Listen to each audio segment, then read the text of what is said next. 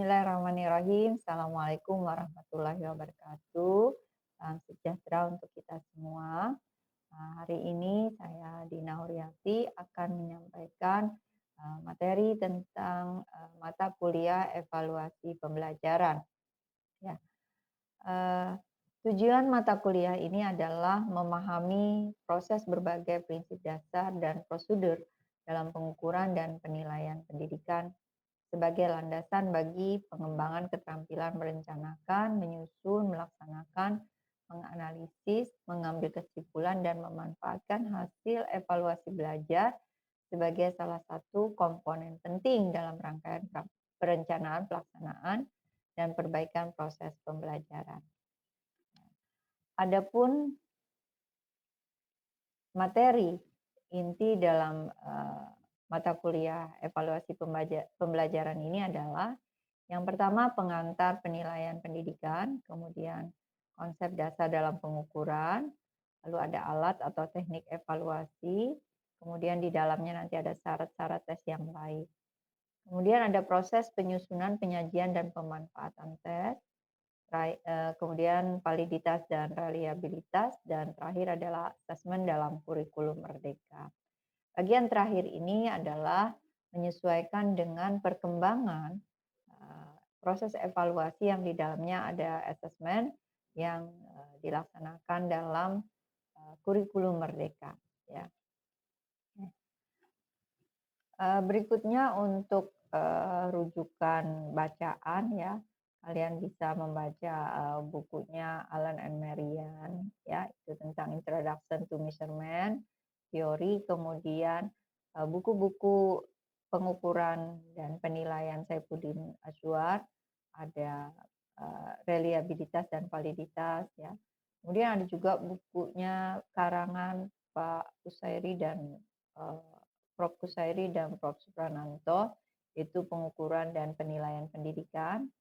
Kemudian ada juga bukunya Profesor almarhum Profesor Jemari Mardapi, ya, ada pengukuran, penilaian, dan evaluasi pendidikan.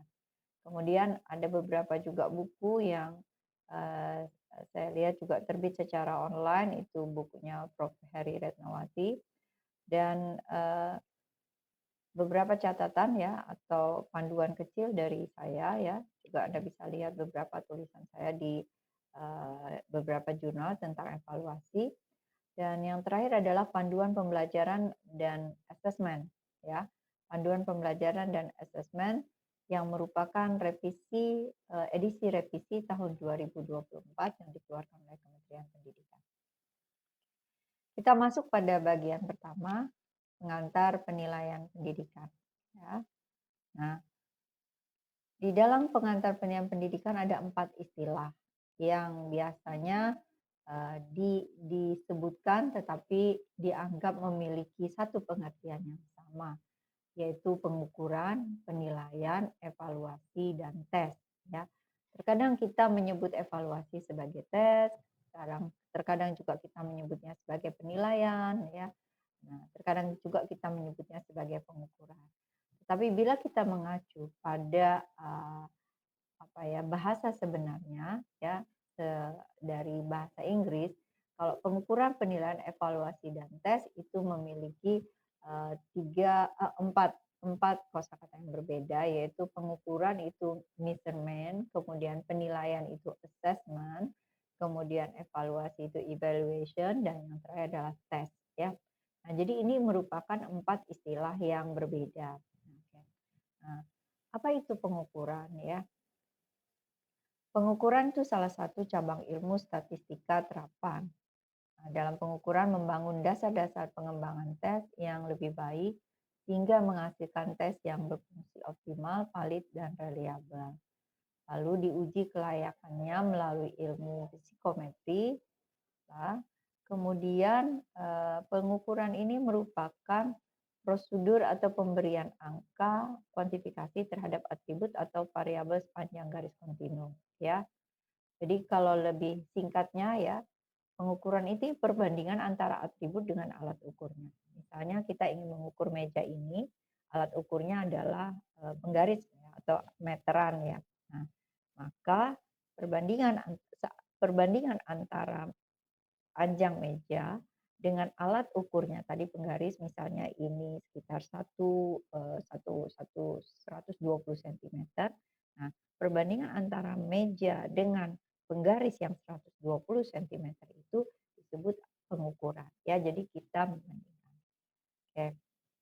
Nah, kemudian bersifat kuantitatif deskriptif. Jadi hanya sebatas memberikan angka yang tidak diinterpretasikan lebih jauh lagi.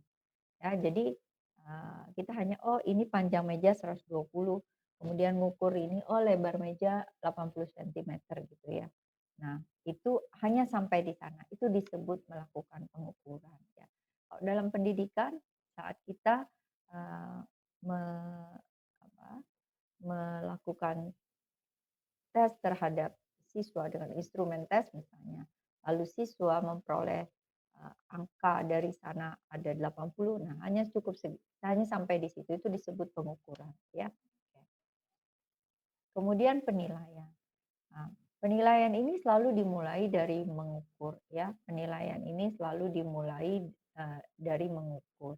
Jadi, eee penilaian ini adalah interpretasi informasi, yang dapat ya, yang dapat digunakan untuk membuat kesimpulan tentang sesuatu, ya tentang, objek atau kalau kita ingin mengukur peserta didik, maka tentang karakteristik peserta didik. Jadi interpretasi dari hasil pengukuran tadi. Kalau kita tadi tentang objek, tentang meja, maka kita akan menilai, oh kalau ini panjangnya tadi 120 sentimeter, kemudian ini 80 sentimeter lebarnya, nah, kita ingin mengambil kesimpulan seperti apa? Apakah perbandingan antara panjang dengan lebar, maka perbandingannya adalah 120 berbanding 80 atau lebar dengan panjang 80 berbanding 120. Lalu apa yang akan kita interpretasikan di sana ya. Nah, sama juga kalau itu tentang karakteristik, seseorang, kalau kita berbicara tentang tes, di sekolah atau assessment di sekolah ya. Nah, misalnya angka yang keluar 80, apa yang ingin kita interpretasikan terhadap sana? Terhadap angka yang 80 tadi. Kompetensi apa saja yang sudah dicapai oleh peserta didik dengan nilai yang 80 tadi ya. Nah, itu disebut penilaian. Oke. Nah, penilaian pendidikan sendiri itu bisa kita deskripsikan sebagai proses sistematis yang mencakup kegiatan, jadi proses sistematis yang mencakup kegiatan mengumpulkan, ya, menganalisis dan menginterpretasikan informasi untuk menentukan seberapa jauh seseorang siswa atau sekelompok siswa mencapai tujuan pembelajaran yang telah ditetapkan, baik aspek pengetahuan, sikap, dan keterampilan. Ya, nah, jadi itu penilaian pendidikan.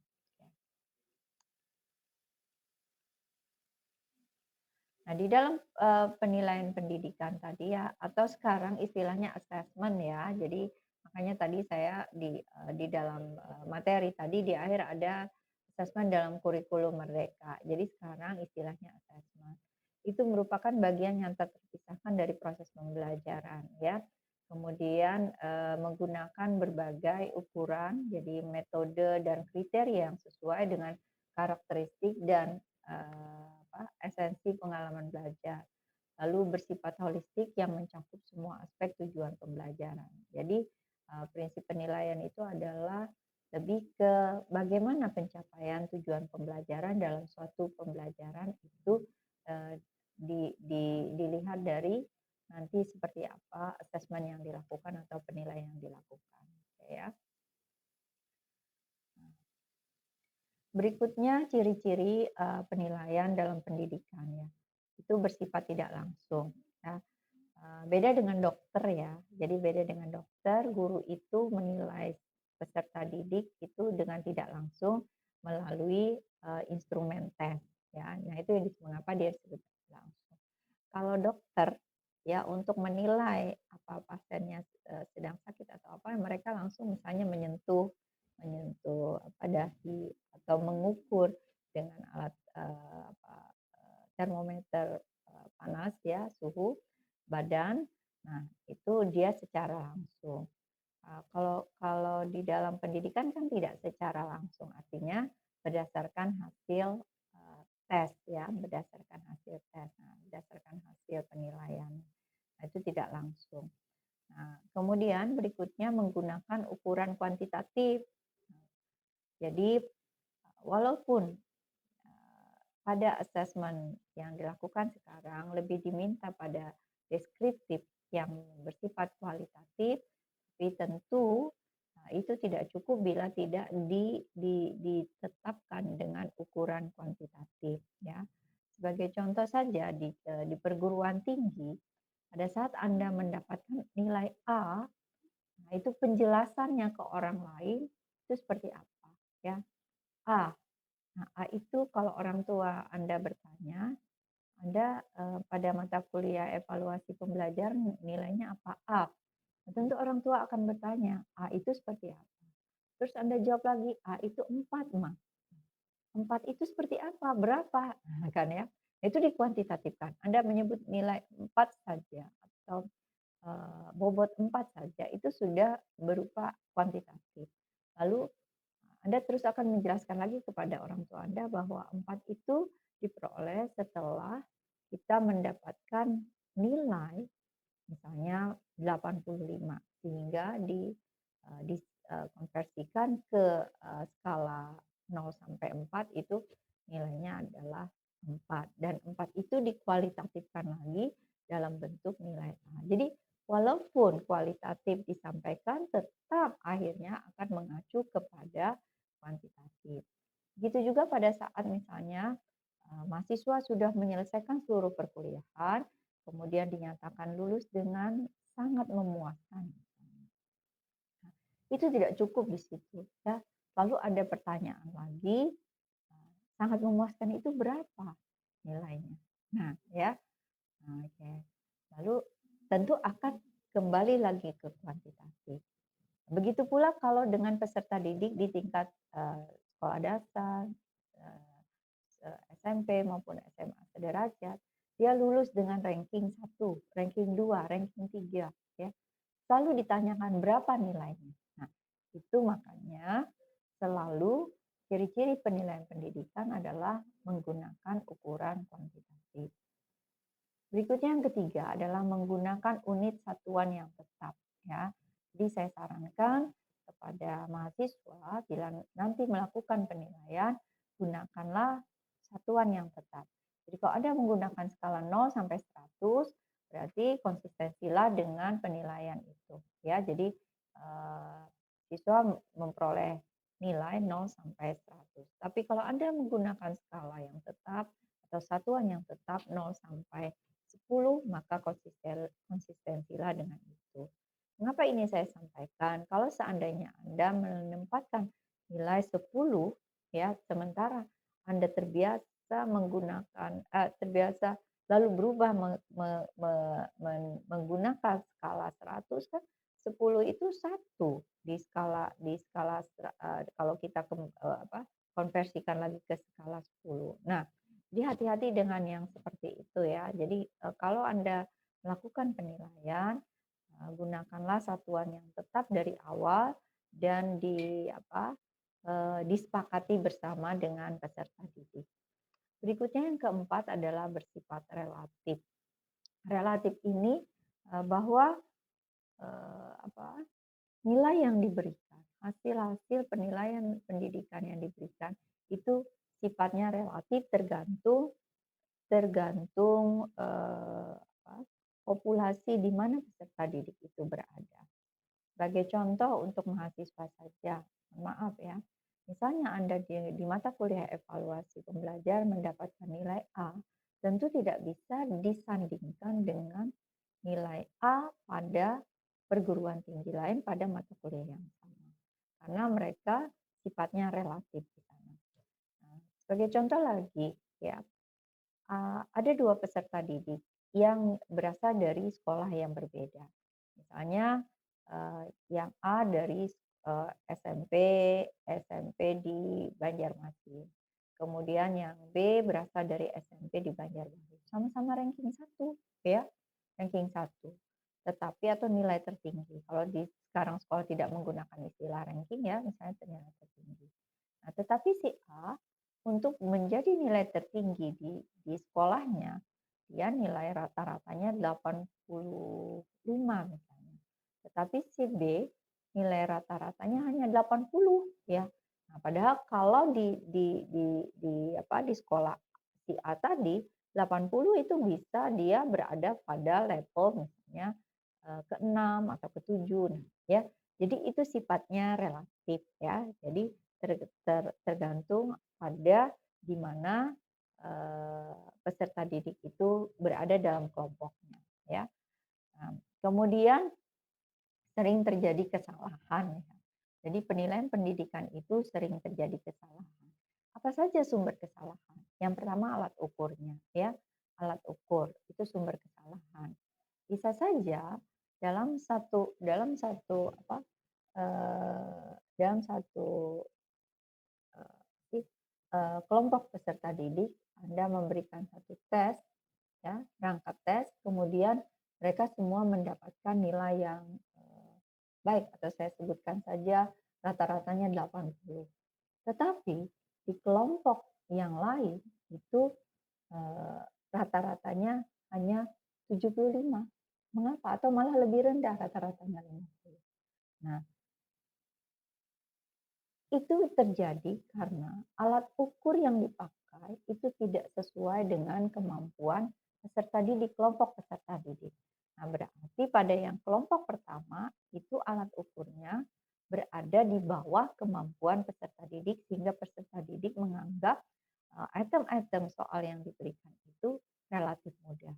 Tetapi pada kelompok B itu ternyata instrumen tes yang diberikan itu berada di atas level kemampuan kemampuan kelompok peserta didik sehingga sehingga hasilnya lebih rendah. Nah, alat ukur yang baik itu harus sesuai dengan kemampuan peserta didiknya, level peserta didiknya. Kemudian yang berikut adalah orang yang melakukan penilaian. Orang yang melakukan penilaian itu dalam hal ini kalau kita bicara penilaian pendidikan maka adalah guru ya. Guru yang melakukan penilaian. Penilaian bisa saja salah, guru bisa saja salah. Sebagai contoh salah dalam menjumlahkan angka-angka ya. Menjumlahkan skornya atau memberikan skor keliru. Sehingga pada terakhir penjumlahannya itu salah sehingga salah memberikan penilaian ya. Kemudian ada juga efek halo ya. Jadi efek halo misalnya ada seorang peserta didik yang selama ini tidak pernah nilainya memenuhi kriteria ketuntasan. Tiba-tiba dia berada satu hari dia mendapatkan nilai yang tinggi. Sehingga guru tersebut tidak percaya dengan hasil yang ada dan menurunkan nilainya seperti biasa. Nah, itu juga. Nah, itu adalah kesalahan yang kemungkinan bisa dilakukan. Tapi yang paling sering terjadi adalah tadi kesalahan dalam menjumlahkan angka. Kemudian siswa atau dalam hal ini peserta didik atau orang yang dinilai ya. Jadi ada orang yang dinilai dalam hal ini adalah peserta didik ya. Bisa nggak salah dalam penilaian? Bisa saja terjadi kesalahan oleh peserta didik. Biasanya itu biasa disebabkan oleh misalnya ada kondisi fisik dan psikis pada saat dilaksanakan penilaian ya. Karena dilaksanakan penilaian atau dilaksanakan pengukuran. Nah, dia fisiknya tidak sehat misalnya karena sedang sakit sehingga pasti kemampuan atau kompetisinya yang diukur tidak maksimal. Nah, sehingga salah kita menarik kesimpulan pada hasil tesnya. Kemudian bisa juga psikis ya. Psikis psikis itu adalah apa ya, faktor psikologi.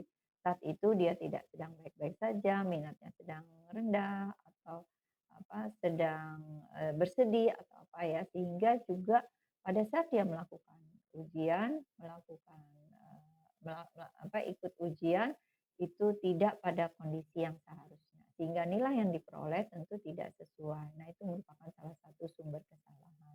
Karena itu pastikanlah pada saat Anda ingin melakukan pengukuran terhadap siswa, pastikanlah kondisi siswa memang dalam kondisi yang memang dia siap untuk diukur ya. Kemudian situasi di mana penilaian dilaksanakan itu yang terakhir, itu ada situasi dan kondisi tentu ya.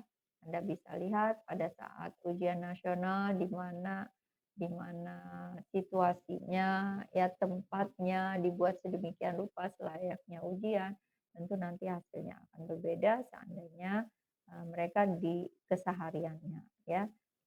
Jadi itu kadang membuat tadi faktor yang psikisnya juga menjadi stres atau ketakutan yang tingkat tinggi ya, kekhawatiran kekhawatiran tingkat tinggi ya, situasi yang berbeda menyebabkan. Sehingga bisa jadi anak yang biasanya memiliki kemampuannya mampu menjawab soal-soal itu bisa bisa bisa saja melakukan kesalahan. Nah, itu ya, jadi itu sumber kesalahan sehingga pada saat kita memberikan penilaian terhadap peserta didik tersebut tidak sesuai dengan kemampuan yang sesungguhnya. Sehingga pastikanlah pada saat mahasiswa nanti mengajar ya, pastikanlah meminimalisir sumber-sumber kesalahan ini tadi. Berikutnya ya, masalah dalam pelaksanaan penilaian atau asesmen di kelas itu yang pertama ya, hasil dari beberapa penelitian tuh guru jarang membuat kisi-kisi tes ya. Nah, itu kemudian jarang dianalisis, hasilnya jarang dianalisis dan ditindaklanjuti ya. Jadi ditindaklanjuti itu bisa melalui apa? Melalui ya. Jadi hasilnya penelitian jarang dianalisis, hasil penelitian jarang ditindaklanjuti melalui remedial misalnya ya. Nah, jadi sehingga apa? Ada kadang penilaian itu tidak sesuai dengan yang kita harapkan. Ya. Berikutnya adalah evaluasi. Jadi evaluasi selalu didahului oleh kegiatan pengukuran dan penilaian.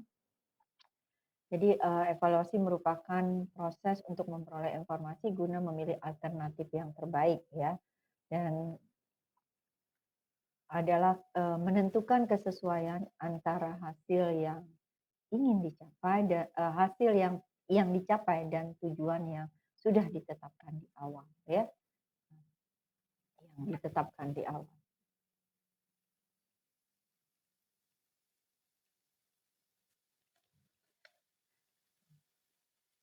Evaluasi sendiri terbagi menjadi 4 ya, kalau kita melihat dari fungsinya, ya, itu evaluasi penempatan, kemudian formatif, diagnostik, dan sumatif. Nah, tugas pertama ini buat mahasiswa adalah jelaskan masing-masing bentuk evaluasi tersebut, kemudian berikan masing-masing contohnya, dan jangan lupa sebutkan sumber referensinya. Oke ya. Nanti segala tugas ini silakan untuk dikirimkan ke email saya atau dikumpulkan dulu ke ketua kelasnya. Kemudian ketua kelasnya mengirimkan dalam bentuk apa, folder ya ke email saya dina_furiati seperti nama saya @upk.ac.id ya, jangan lupa itu. Kemudian saya agak cepat sedikit ya, konsep dasar pengukuran itu berbicara tentang deskripsi skor. Jadi skor itu bisa disajikan dalam bentuk distribusi, kumpulan skor, bisa berbentuk deskripsi frekuensi, diagram batang, grafik, tendensi sentral maupun variability. Lalu bisa juga grafik sendiri itu bisa dibedakan menjadi grafik distribusi normal maupun grafik atau skewed ya. Kemudian tendensi sentral atau data yang bisa disajikan dalam bentuk rata-rata, median, dan modus. Dan yang terakhir adalah variability Itu, bisa diukur melalui range atau jangkauan, standar deviasi, dan varians ya. Nah, itu deskripsi skor dan itu tidak, kalian sudah pelajari di mata kuliah statistik. Oke. Berikutnya skala pengukuran. Skala pengukuran itu ada 4 ya. Jadi nominal, ordinal, interval, dan rasio. Ini juga merupakan, tugas buat Anda ya. Jelaskan masing-masing skala pengukuran tersebut, tugas yang kedua. Berikan contoh masing-masing skala pengukuran tersebut, kemudian jangan lupa sebutkan sumber referensinya. Ya, sumber referensinya jangan ngambil di blog ya, blog seseorang ya, cari yang benar-benar ditulis oleh jadi ada buku online atau seperti apa, silahkan juga kalau ingin jalan ke perpustakaan sekolah maupun perpustakaan Universitas PGRI Kalimantan, nah, untuk mendapatkan referensi-referensi yang tepat untuk menjawab tugas-tugas yang saya berikan. Kemudian kita masuk kepada alat evaluasi, ada 2, yaitu tes dan non-tes ya. Tes itu adalah salah satu alat evaluasi yang berisi satu set pertanyaan untuk mengukur sampel tingkah laku dari peserta tes. Kemudian atribut psikologis dan sampel perilaku yang tampak itu yang dapat diukur secara langsung. Jadi tes itu ya, jadi hanya untuk yang atribut psikologis yang atau sampel perilaku yang bisa diukur secara langsung. Kemudian berikutnya, syarat tes yang baik itu ada 5 ya. Ada valid, reliable, kemudian objektif, praktis, dan ekonomis. Nah, ini juga tugas Anda yang ketiga ya. Jelaskan masing-masing syarat tes tersebut, syarat tes yang baik tersebut ya. Nah, kemudian jelaskan jenis validitas apa saja. Nah, itu tadi materi yang saya sampaikan pada saat reliabilitas di atas ini sudah Anda dapatkan di bagian ini. Kemudian yang berikutnya jelaskan metode estimasi indeks untuk menghitung indeks atau mengestimasi indeks reliabilitas instrumen, dan jangan lupa sekali lagi sebutkan sumber referensinya. Ya, sumber referensinya minimal 3 ya. Jadi minimal 3, silahkan kalau Anda mendapatkan referensi yang lebih. Kemudian ada non-tes ya. Non-tes itu ada di sini saya berikan ada 6 ya. Ada 6 jenis non-tes, ada skala bertingkat atau rating scale, kemudian kuesioner atau angket ya. Kemudian daftar cocok atau checklist, wawancara atau interview, pengamatan atau observasi atau observation, dan riwayat hidup. Nah, ini tugas Anda yang keempat, yaitu jelaskan masing-masing jenis non-tes tersebut, kemudian berikan contohnya, dan jangan lupa sekali lagi sebutkan sumber referensinya. Oke, saya lanjutkan, ada 10 proses. Jadi kalau Anda ingin membuat, dan ini biasanya dilakukan pada saat menyusun soal-soal ujian atau asesmen sumatif ya, kalau sekarang istilahnya asesmen sumatif atau ujian sekolah ya, atau skala yang lebih besar daripada di kelas ya. Itu ada 10 langkah. Satu penentuan tujuan tes, 2 penyusunan kisi-kisi tes, kemudian ketiga menulis soal dari kisi-kisi, lalu 4 menelaah soal, dan kemudian setelah ditelaah soal tersebut diperoleh soal yang baik yang menurut kajian kualitatif, lalu kita ingin menguji secara kuantitatif yaitu dengan uji coba soal. Nah, di sana itu termasuk analisis ya, analisis butir soal. Setelah kita dapatkan hasil uji coba soal tersebut, kita dapatkan soal-soal yang baik dan sudah memenuhi kriteria soal yang baik. Soal itu, soal butir-butir soal itu dikumpulkan lalu dirakit menjadi sebuah perangkat tes. Misalnya kita memerlukan tes, yang jumlah butir soalnya atau item soalnya itu 40. Nah, dari sekian banyak yang kita uji cobakan, maka kita dapatkan 40. Nah, itu lalu baru disajikan tes yang 40 tadi. Jadi sebelumnya itu uji coba untuk mendapatkan soal yang baik. Baru disajikan atau istilahnya dalam evaluasi itu diadministrasikan, ya. Setelah selesai administrasi atau peserta, tes sudah, melakukan, ikut dalam ujian, pelaksanaan ujian atau assessment, ya, assessment sumatif, nah baru kita bisa memberikan skor atas hasil yang mereka peroleh. Nah, dari hasil skor itu kita laporkan, ya, laporannya bisa berbentuk raport, bisa berbentuk ijazah, ya, nah, dan lain sebagainya. Kemudian terakhir adalah pemanfaatan hasil tersebut. Seperti apa hasilnya tadi yang setelah dilaporkan? Jadi, raport itu, dimanfaatkan untuk apa? Untuk, evaluasi terhadap, pencapaian, kompetensi siswa pada apa, kompetensi tertentu, kemudian bisa juga untuk, kenaikan tingkat, kenaikan kelas antar jenjang, ya. Nah, kemudian untuk, mengikuti seleksi seleksi berikutnya lagi. Nah, itu salah satu bentuk dari pemanfaatan hasil tes tadi. Pemanfaatan hasil tes tadi yang dalam bentuk laporan, yang berbentuk raport, berbentuk ijazah, dan lain sebagainya. Itu ya. Jadi ada 10 proses penyusunan, penyajian, dan pemanfaatan tes. Selanjutnya, ini adalah bagian terakhir dari materi ini, yaitu asesmen dalam kurikulum Merdeka. Jadi istilah penilaian itu di dalam kurikulum Merdeka itu disebut asesmen, ya. Nah, asesmen ini merupakan bagian dari 4 langkah, ya, 4 langkah peta konten dalam memahami implementasi kurikulum Merdeka.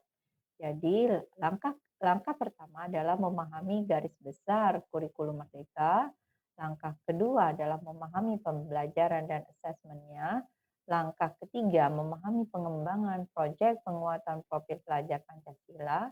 Dan langkah keempat adalah memahami pengembangan kurikulum satuan pendidikan.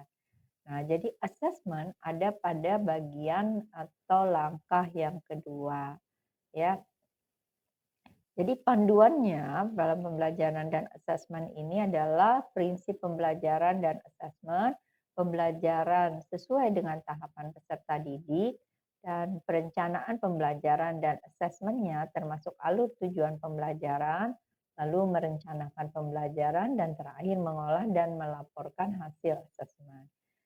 Jadi pada dasarnya apa yang diuraikan ini sudah saya uraikan di bagian awal tadi, hanya sekarang bentuknya lebih spesifik di kurikulum Merdeka ini. Jadi prosesnya dapat dilihat seperti ini, ada istilah refleksi dan umpan balik. Jadi dimulai dari perencanaan pembelajaran, baru kita pelaksanaan pembelajaran, ya, dan dari pelaksanaan pembelajaran dilakukanlah asesmen pembelajaran. Begitu seterusnya, ya. Begitu seterusnya hasil dari asesmen itu bisa jadi umpan balik untuk perencanaan pembelajaran berikutnya, kemudian merancang lagi sesuai hasil asesmen, sesuai hasil refleksi, ya. Lalu merancang sebuah pembelajaran lagi, dilaksanakan pembelajaran, lakukan asesmen lagi, begitu seterusnya, ya. Jadi bentuknya seperti ini siklusnya, ya, yang ada di kurikulum Merdeka. Oke. Kemudian ada 3 prinsip asesmen dalam, kurikulum Merdeka, yaitu penilaian hasil belajar peserta didik dilakukan sesuai dengan tujuan penilaian secara berkeadilan. Pendidik melakukan penilaian yang tidak bias oleh latar belakang, identitas, atau berkebutuhan khusus peserta didik. Jadi untuk yang berkebutuhan khusus peserta didik juga menjadi bagian yang perlu diperhatikan dalam asesmen ini. Kemudian penilaian hasil belajar peserta didik dilakukan sesuai dengan tujuan. Penilaian secara objektif, pendidik melakukan penilaian yang didasarkan pada informasi faktual atas pencapaian perkembangan atau hasil belajar peserta didik. Kemudian yang ketiga, penilaian hasil belajar peserta didik dilakukan sesuai dengan tujuan pembelajaran, tujuan penilaian secara edukatif, ya. Kalau tadi sesuai yang pertama penilaian secara berkeadilan, yang kedua tujuan penilaian secara objektif, Yang ketiga adalah tujuan penilaian secara edukatif, di mana pendidik melakukan penilaian yang hasilnya digunakan sebagai umpan balik bagi peserta didik, bagi pendidik sendiri, bagi guru dan orang tua untuk meningkatkan proses pembelajaran dan hasil belajar. Ya. Berikutnya adalah proses penyusunan perencanaan dan pembelajaran. Ini bukan merupakan bagian dari asesmen ya, tapi jadi saya sampaikan secara ringkas saja, yaitu pertama menganalisis capaian pembelajaran, kemudian menyusun tujuan pembelajaran dan alurnya, lalu merencanakan bagaimana pembelajarannya dan asesmennya ya. Jadi kita merencanakan asesmen itu tentu tidak terlepas dari analisis capaian pembelajaran atau CP, kemudian dari analisis CP tadi, capaian pembelajaran itu turun tujuan pembelajarannya. Nah, dari tujuan pembelajaran seperti yang saya jelaskan sebelumnya, baru kita dapat menyusun instrumen, menyusun indikator-indikator, indikator-indikator penulisan soal, dan baru bisa menyusun asesmennya ya, atau dalam hal ini menyusun butir-butir soal. Oke. Nah, apa itu CP? CP adalah capaian pembelajaran, adalah kompetensi pembelajaran yang harus dicapai peserta didik di akhir setiap fase. Untuk pendidikan dasar dan menengah, nah ini ya karena kalian asistensi mengajar itu di pendidikan dasar dan menengah, capaian pembelajaran ini disusun untuk setiap mata pelajaran. Jadi sesuaikan dengan mata pelajaran. Oke ya, ini berbeda kalau sebelumnya ya. Jadi ini yang mungkin berbeda sedikit dengan yang sebelumnya kita ketahui di kurikulum 2013 yang terakhir ya. Nah, ini di kurikulum Merdeka ini ada istilah fase ya, fase. Nah, fase A sampai F. Fase A itu adalah kelas 1 dan kelas 2 ya. Kemudian fase B kelas 3 dan kelas 4, dan fase C kelas 5 dan kelas 6. Jadi di tingkat sekolah dasar itu di Madrasah Ibtidaiyah dan program paket A itu ada 3 fase ya, A, B, C. Nah, kemudian kelas 7 sampai 9 itu setara dengan SMP, Madrasah Tsanawiyah maupun program paket B itu disebut fase D, dan terakhir adalah untuk SMA, SMK, Madrasah Aliyah, kemudian program paket C itu ada pada fase E dan F ya. Kelas 10 masuk dalam fase E, sementara kelas 11 dan 12 masuk dalam fase F. Nah, itu ya. Itu mungkin yang membedakan dan yang merupakan hal baru bagi kita. Oke. Ini saya akan tampilkan sedikit desain backward design dalam kurikulum Merdeka. Nah, ini tadi apa yang mau dicapai? Tadi kan yang sama seperti yang saya sampaikan proses evaluasi. Apa yang mau dicapai? Nah, itu ditetapkan di tujuan pembelajaran. Kemudian bukti peserta didik untuk mencapai tujuan pembelajaran itu kita lakukanlah assessment atau penilaian. Bagaimana peserta didik dapat mencapai tujuan pembelajaran? Nah, itu susunlah langkah-langkah pembelajaran yang tepat. Nah, itu ya. Jadi seperti itu. Nanti kalian bisa lihat ini saya di apa di PPT yang di slide PPT yang saya sampaikan ini apa saja yang termasuk di bagian tujuan pembelajaran, asesmen dan langkah-langkah pembelajaran. Ya, nah, ada 2 jenis asesmen di dalam kurikulum Merdeka, yaitu asesmen formatif dan sumatif. Itu sesuai dengan tugas saya sebelumnya, ada evaluasi